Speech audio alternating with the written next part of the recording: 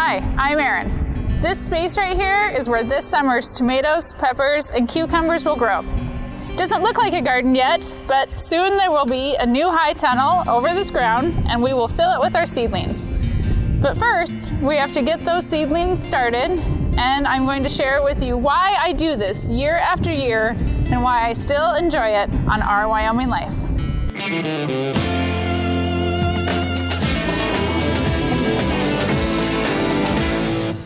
This summer will be our 9th season of attending our local farmers market.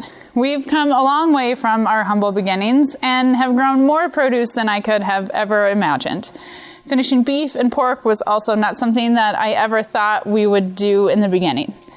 This year, with a second high tunnel being built, we will try and grow even more. There's so much work to be done, and in all honesty, the weather outside isn't cooperating.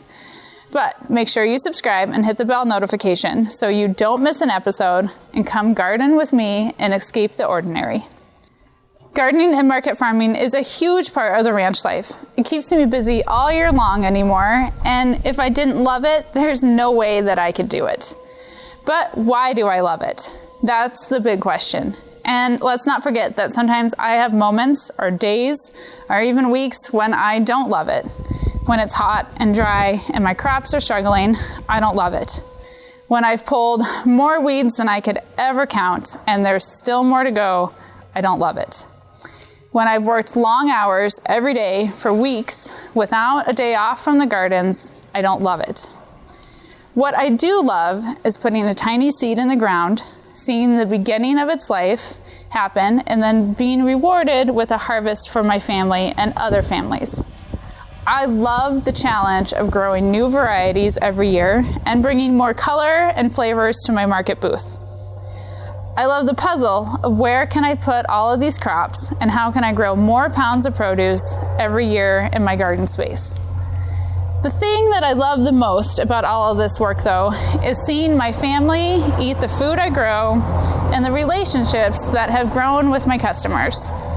There is nothing more satisfying than working super hard all week, getting up really early Saturday morning, setting up our booth and having it overflowing with veggies, and then seeing your customers be excited for what is in our booth that week.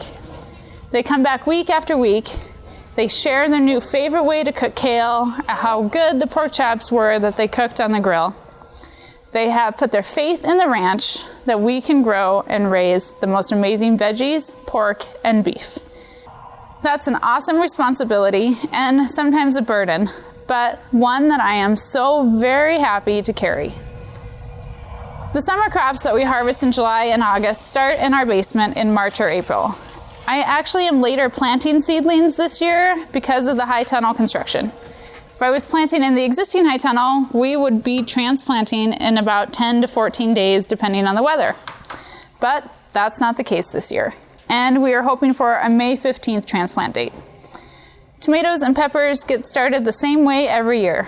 A small germinating tray is filled with dirt, seeds are sprinkled in, and a light layer of dirt is placed on top. It's the same for all the varieties I'm planting today. The smaller trays go into a 10 by 20 garden flat. Once all the seeds are planted, the trays are moved into the indoor greenhouses.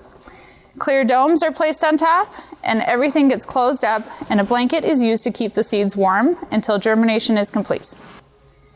In about a week, we should have new baby tomatoes and peppers. After a couple more weeks, we can transplant them into individual pots. There's a few essential things that I couldn't raise successful seedlings without. And once you get the hang of starting your own plants, you won't ever quit. You need light, but you don't need fancy grow lights. Daylight fluorescent bulbs from the hardware store will work just fine as long as you change them every other year. A timer to run those lights is also needed. After germination, everything gets about 14 hours of light. Dark is just as important for the tiny seedlings as light. If you leave the lights on 24 hours a day, once your seedlings are up, they will struggle. You also need to be able to adjust the height of the light as the plants grow. These chains and S-hooks work great. You need good dirt, and not potting soil, but a seed starting mix. that is specifically designed for germinating seedlings to be able to push through. Trays and pots are also needed. There's tons of different kinds online, and you can definitely find what works best for you. Heat is also needed for warm germinating seeds like peppers and tomatoes. But you don't need heat mats. The fluorescent bulbs put off heat, and while germinating, the lights can be left on 24 hours a day, and a blanket wrapped around our indoor greenhouses captures the heat. These indoor greenhouses are also amazing. I personally couldn't live without them. Lastly, you need patience and a hope for new beginnings and a bountiful summer harvest. Now, we are a long way away from picking our first tomato, but before too long, we will be picking lettuce and other spring crops. Outside in the high tunnel, there is lots of green. The lettuce, kale, broccoli, and cauliflower that we transplanted 3 weeks ago are doing great, and they need water today. I also direct seeded some spinach and radishes, and they will need water too. A hose is hooked up to my mom's house, and we're in business. I like to start with the direct seeded beds.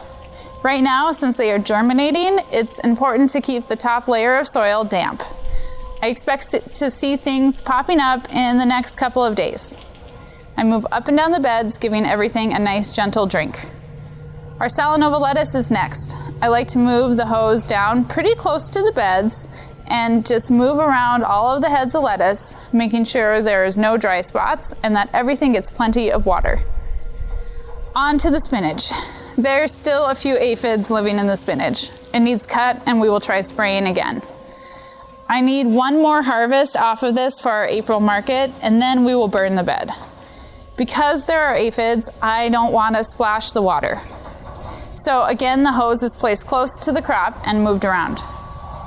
The kale, cauliflower, and broccoli bed is the last to get watered, and by now you get the hang of what the plan is. Hose close to the crops, and around, back and forth the water goes. Right now, the spring crops need watered every 2 to 3 days. It takes about an hour, and in all honesty, if I started figuring out how much work compared to how much we will make once the produce is ready, I probably wouldn't like how the numbers work. But this goes back to why do I do this, and why do I love it? It's cold and cloudy out today, but yesterday the sun was out. It was 85 degrees in here. When I step inside the high tunnel, it smells like a greenhouse. It smells of heat and humidity and rich ground. The gardens are my favorite places on the ranch. Don't get me wrong, I love all the animals, but I love the gardens more. From the earth, and with my hard work and my knowledge, I'm able to grow thousands of pounds of veggies year-round. Every time we go to farmers market, people are happy to buy the products that we have worked hard to grow. What doesn't get sold at market gets donated to our local Council of Community Services, where people who can't afford fresh local produce still have access to our veggies. All in all, I would say market gardening is a pretty good job. It's definitely not what I planned on doing with my life, but I can honestly say that I have never worked so hard in my life and enjoyed it so much.